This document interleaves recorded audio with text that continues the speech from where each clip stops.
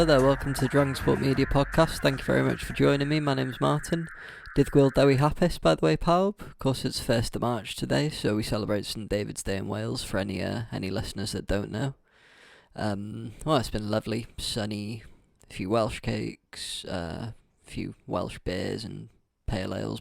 I was going to say brewing then, chilling in the fridge, so yeah, what more could you want really? And beat England over the weekend, so yeah, nothing to complain about. I wanted to do an extra podcast, not specifically today, but I wanted to do another show dedicated to some of the news missed over the last week or so. Been doing a lot of interviews on the other show, so yeah, got a bit of boxing, bit of MMA and a bit of football to cover, so I'm just going to crack right on because there's a fair bit to get through today. Going to start with the boxing. I've only got the one result to bring you. That was a couple of weekend before last, I should say. It was on Friday night. Gavin Gwynne was taking on Mccomb for the vacant Commonwealth lightweight title. That one took place in Bolton, and it was on IFL TV, actually, on YouTube for free, so I hope a few of you tuned in to watch Gav. So yeah, the fight started. Gav came out quite well on the front foot in the first round. Fair to say Mccomb probably landed the better shots off the counter, nice movement, but Gav did manage to open a uppercut on the left side of his face towards the end of the round. He did also hurt Mccomb with a nice body shot towards the end of the second.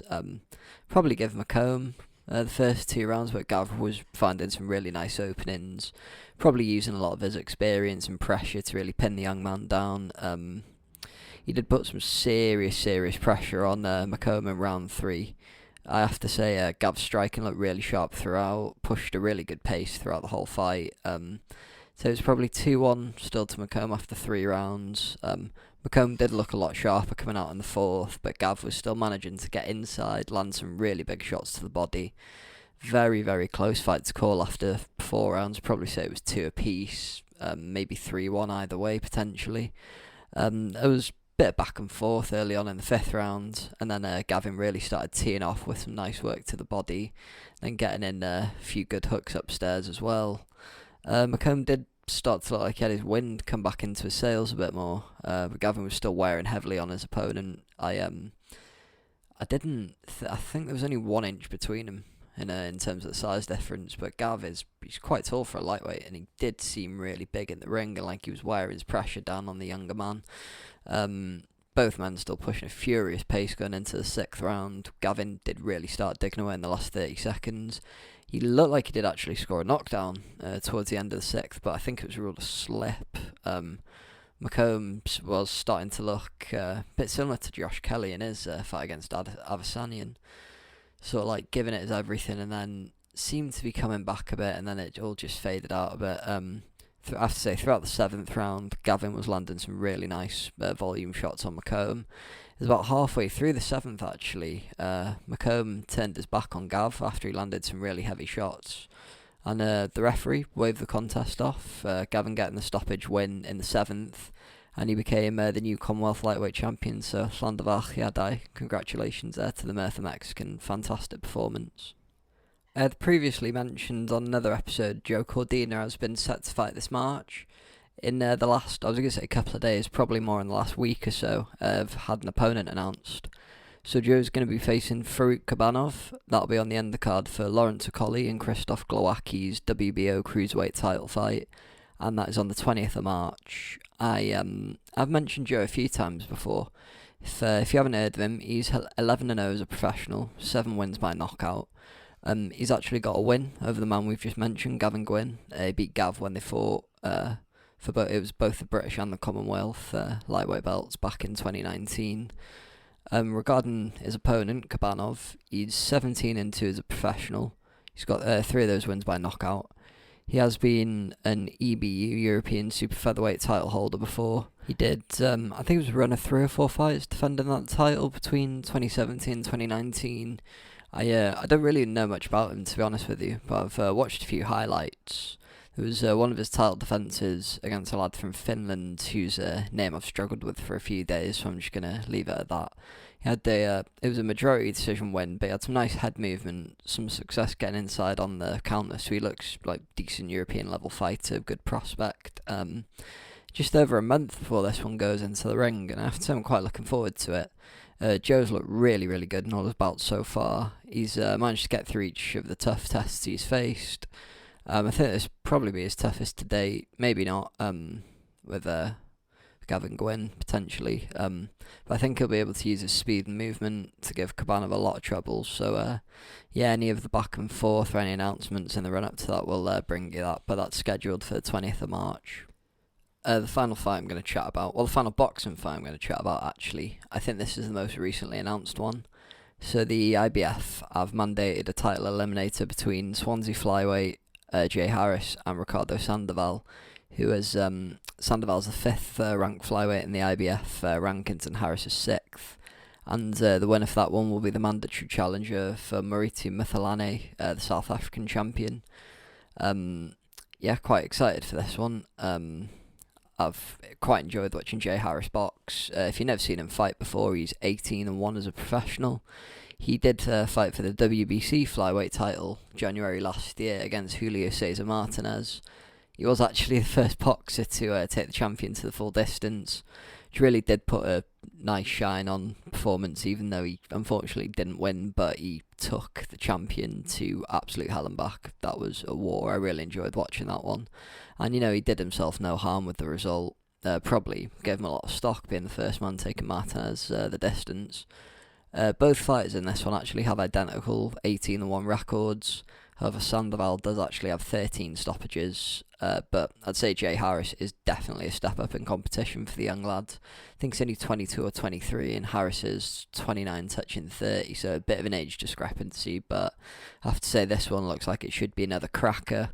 Be really nice to see Jay back in a world title fight again. Just unlucky to come up against I don't want to say a generational fighter like Martinez. I think that might be a bit much too soon, but really tough, really tough out. Bit of time before this one takes place. I think they've said it's going to go ahead in May, and it will be in the United Kingdom somewhere. I don't believe a location's been released. At least we're going to have a Welsh fighter and a title eliminator on UK soil. Hopefully, they can do it in Cardiff potentially. That'd be nice. But any news we hear about that one again, we will update you.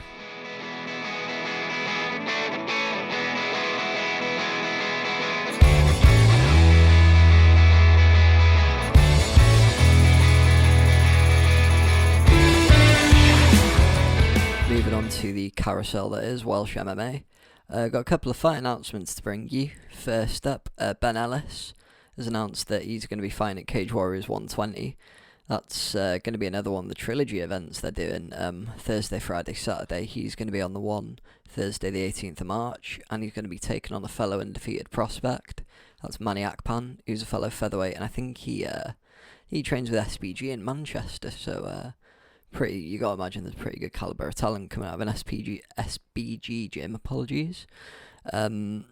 Spoken about Ben a few times on the podcast before. He actually did a really good interview with our colleagues over at Fighting Talk a few weeks ago, so go and check that out on their YouTube page. It's Fighting Talk 2.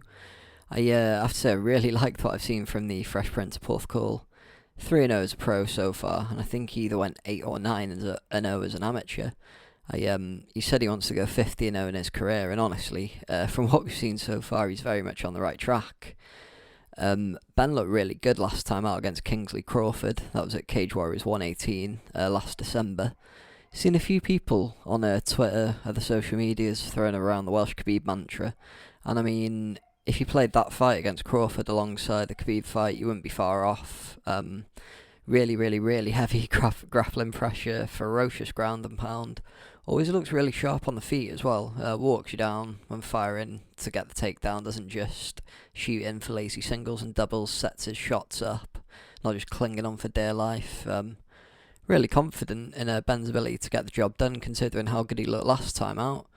Probably another win here and another one, and then you start giving him people with slightly longer records, but he's doing all the right things and looking very good doing them, and at the end of the day you can only beat what Graham Boylan puts in front of you. So good fights on that Thursday card so far too. I think Will Curry's taken on Christian Duncan. Paul Hughes is fighting James Hendon as well. Nothing we haven't come to expect from Cage Warriors over the years, so check that one out. What was the date again? Let me just double check that one. I'm definitely not scrolling up my notes. That's the 18th of March. That's a Thursday.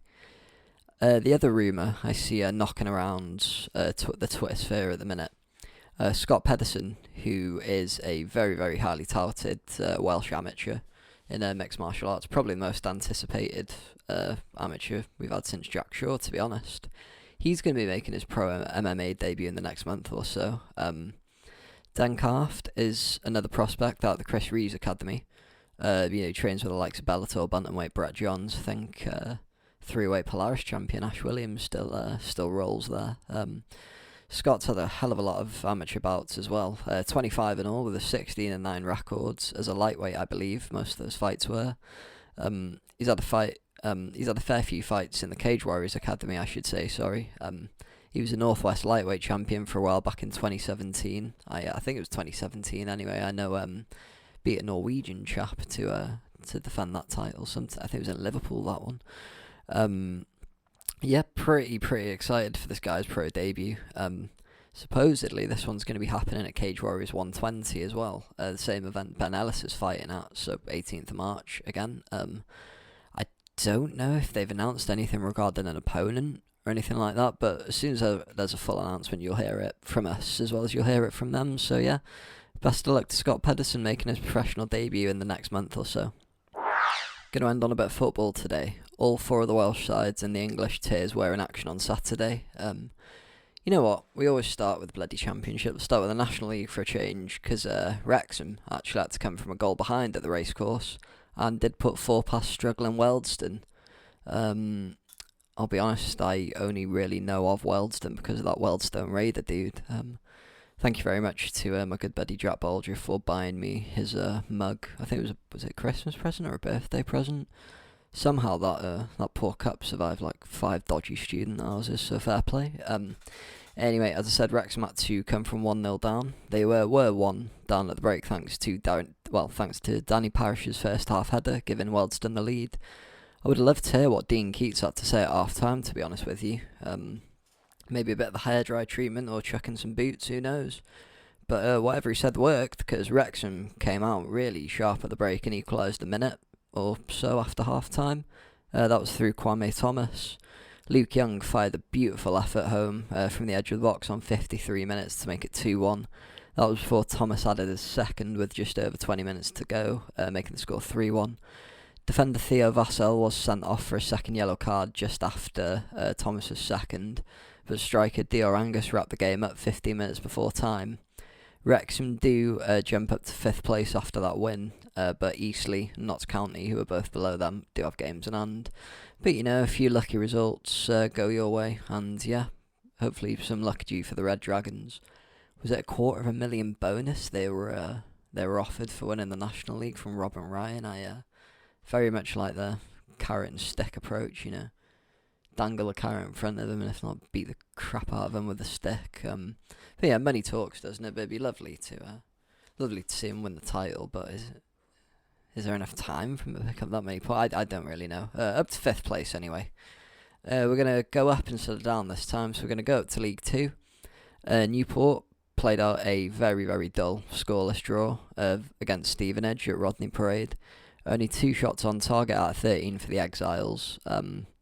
Yeah, not much a note in the game, to be honest. Michael Flynn did say after the fact that we're disappointed to be in a playoff spot shows just how far we've come. It's pointing in the right direction. We're gutted we didn't get 3, but their effort and commitment was first class. There were 1 or 2 moments where we lacked a little bit of quality or took the wrong decisions. It's been a bit of a slide for Newport recently, but like Flynn said, I'd say the fact they're disappointed about only being in the playoffs at the minute just shows how far County have come in the past few years, where they kept them up just about the year he took over. That result does leave Newport in 6th place in League 2. There is only a 7-point gap between them and Cambridge, who are at the top, so I'll have to see if they can get back to that form from the first half of the season, but yeah. And we're going to end with a championship today. I have to say I feel like I've jinxed Swansea City, because ever since I've invited Steve to come on the show, haven't been playing too well, so apologies for that, Jax. So 3-1 against Bristol City, unfortunately. I did give Swans a lead from the penalty spot after 55 minutes. That was following a handball in the box from Casey Palmer. He was actually on loan to Swansea first half of the season, so yeah, of course he's going to get a bit of stick for that. The away side did fight back. Nahki Wells directing home a Zach Vine across to make it 1-1. And Casey Palmer did actually redeem himself, curling a corner past everybody, including Freddie Woodman. A bit of a freak goal, but 2-1 nonetheless. In fairness to Swansea, Steve Cooper did throw everything in the kitchen sink at Bristol to try and even the game back up. But Antoine Semenyo, charged down one of Freddie Woodman's clearances late into injury time, and that sealed the 3-1 victory for Bristol City. Who were Cardiff playing? Cardiff playing Middlesbrough. Apologies for that. Bluebirds' resurgence under Mick McCarthy still ticking over fairly nicely. Cardiff did take the lead just before the 40-minute mark. Sean Morrison, heading home against a run of play. It was Will Volk's very long throw-in. I got a few of those in the team now, in the Welsh team, I should say, that can launch it into the box. Like Volks. Roberts has got a decent arm on him. Didn't Ampadu do one for Sheffield United the other day? Bale's always had a bit of a chuck on him, but you want him in the box finishing. It's not what we're talking about anyway, so we're on about Cardiff. Middlesbrough did struggle to create any real clear-cut chances throughout, I have to say, but they did equalise 10 minutes from time through Paddy McNair. Stabbed home a shot after Aidan Flint failed to clear the ball. Bit of pinball in the box, and McNair stabbed home the equaliser.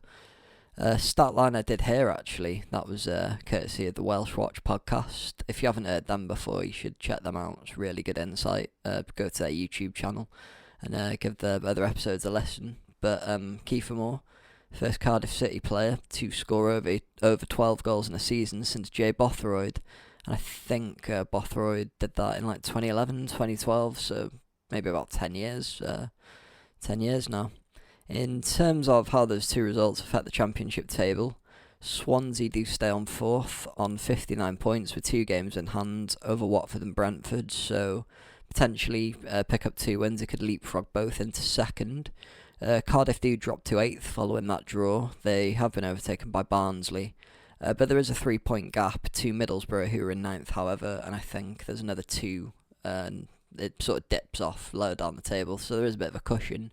But, you want to be picking up 3 points whenever you can with this topsy-turvy football year, if we can call it that. That's all I've really got for you today, to be honest. If you missed any episodes, they're all on Spotify, Mixcloud, Deezer, Google Podcasts. Working on sorting the website out again. And check out the YouTube channel as well now, Dragon Sport Media. I will be back next Thursday from 7pm on sportanarium.com. Make sure you check that one out. Got a good pal of mine coming on, professional wrestler. Friday night sports talk as well with me and Randolph. Friday, of course, as I just stated, that's 5pm till 7pm. Going to be talking some MMA, some boxing, a few other bits this week. Of course, the Six Nations. Diolch yn fawr iawn pawb.